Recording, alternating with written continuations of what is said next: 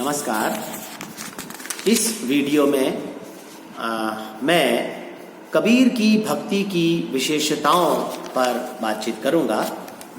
इससे पहले वाले वीडियो में जैसा कि मैंने बताया कि निर्गुण परम ब्रह्म की उपासना पर वे बल देते हैं और इसी के साथ साथ वे ईश्वर के नाम स्मरण की बात करते हैं। ईश्वर के नाम की महिमा अपरंपार है।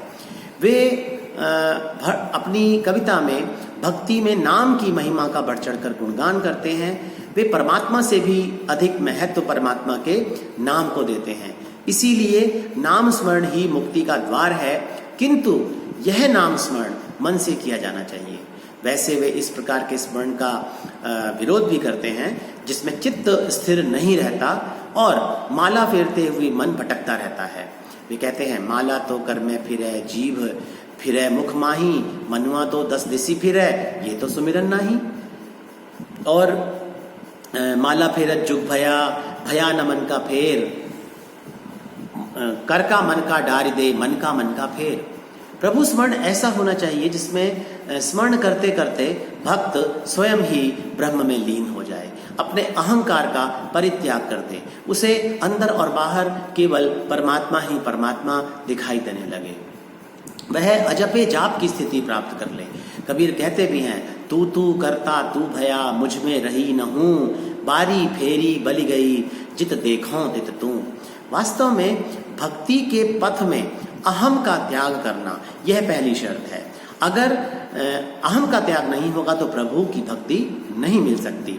जब स्मरण मात्र से प्रभु की प्राप्ति हो जाती है तो वहां अहम के लिए कोई स्थान नहीं रह जाता, क्योंकि उनका मानना है जब मैं था तब हरि नहीं, अब हरि है मैं नाही, सब अंधियारा मिट गया, जब दीपक देखा माही। अब कबीर की भक्ति की बात करते हुए कबीर ईश्वर की व्यापकता और ईश्वर के एकत्व भाव की बात करते हैं। कबीर ने हिंदुओं के बहु देववाद और मुसलमानों के एकेश्वरवाद को समन्वित कर दिया है।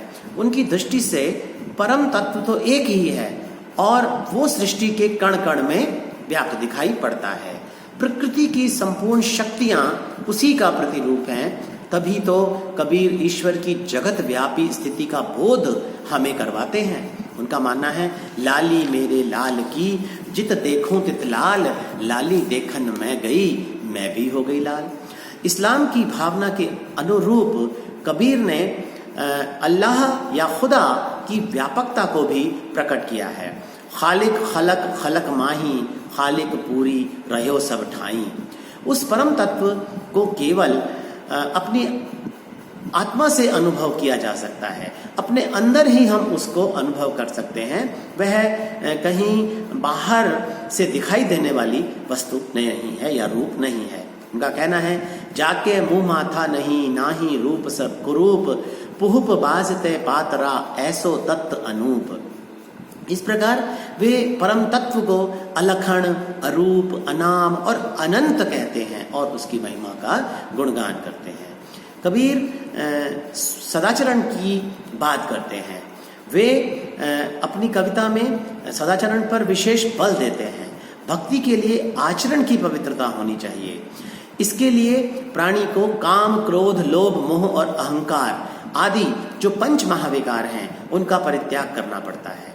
जब साफ दिल से, शुद्ध हृदय से भगवान की भक्ति की जाती है तो परमात्मा अपने आप ही कृपा करता है और भक्त को भक्ति की प्राप्ति हो जाती है, परमात्मा के स्नेह की प्राप्ति हो जाती है।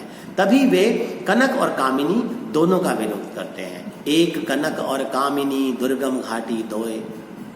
इसमें भी कामिनी के कारण वे मानव भक्ति, मुक्ति और ज्ञान में प्रवेश संभव नहीं होने की बात करते हैं। इस प्रकार वो विषय फलों का परित्याग करके भक्ति के मार्ग पर अग्रसर होने की बात करते हैं। नारी नसावे तीन सुख, जागर पासे होए, भक्ति भवति निज ज्ञान ने, पैसी न रुकई कोए। कबीर सदाचारी व्यक्ति को ही भक्ति का अधिकारी मानते हैं और सत्संगति और सदाचार पर विशेष बल देते हैं। वे कहते हैं कबीरा संगत साधु की बेगी करीजे जाई, दुर्मति दूरी गवाएसी देसी सुमति बताई। कबीर की भक्ति की एक और महत्वपूर्ण विशेषता है जो है आत्मनिवेदन। कबीर परमात्मा के प्रति प्रपत्ति भाव को विशेष रूप से महत्वपूर्ण बतलाते हैं। प्रपत्ति का आशय है आत्मनिवेदन, अपने आराध्य का गुणगान करना, उसके प्रति आत्मसमर्पण का भाव रखना, दैन्य भाव रखना, ये उनकी भक्ति के महत्वपूर्ण विषय हैं। कबीर ने माया मोह का परित्याग करके सद्गुणों को ग्रहण करने का संदेश दिया है। तन मन धन मेरा राम जी के ताई, ऐसा कहकर वे आत्मनिवेदन करते करते आत्मसमर्पण की बात भी करते हैं। कबीर ने अपनी भक्ति में गुरु को महत्व दिया है। वे कहते हैं, गुरु गोविंद दो उठ खड़े काके लागू पाए, बलिहारी गुरु आपने गोविंद दियो मिलाए। क्योंकि वही गुरु है जिसने ईश्वर के तक पहुंचने का मार्ग दिखाया है। इसलिए उनका यह भी मानना है, हरि रूठ है गुरु ठौर है, गुरु रूठ है नहीं ठौर।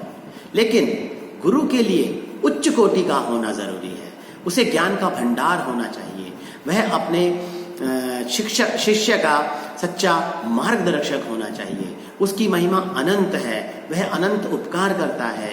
सतगुरु की महिमा अनंत, अनंत किया उपकार, लोचन अनंत उघाड़िया अनंत दिखावनहार। सच्चा गुरु ज्ञान के ऐसे दीपक प्रदान करता है जो कि अपने शिष्य को सही मार्ग पर, सन्मार्ग पर चलने की प्रेरणा देते हैं और शास्त्र ज्ञान का अंधानुकरण करने से रोकते हैं। कबीर ने अज्ञानी गुरुओं को चेतावनी दी है कि वे स्वयं तो अंधे हैं, तो वो दूसरों को कैसे रास्ता दिखा सकते हैं। जाका गुरु भी अंधला, चेला खरा निरंध, अंधे अंधा ठेलिया, दोनों कूप पड़ंत। सांसारिक नश्वरता का चित्रण भी कबीर अपनी भक्ति में करते हैं। उनका मानना है कि ईश्वर की ओर उन्मुख करने की अपेक्षा संसार से तटस्थ रहने का उद्बोधन बहुत जरूरी है। वे इस संसार को सेमल के फूल की तरह मिथ्या बताते हैं और झूठे राग रंग में न पड़ने की बात करते हैं।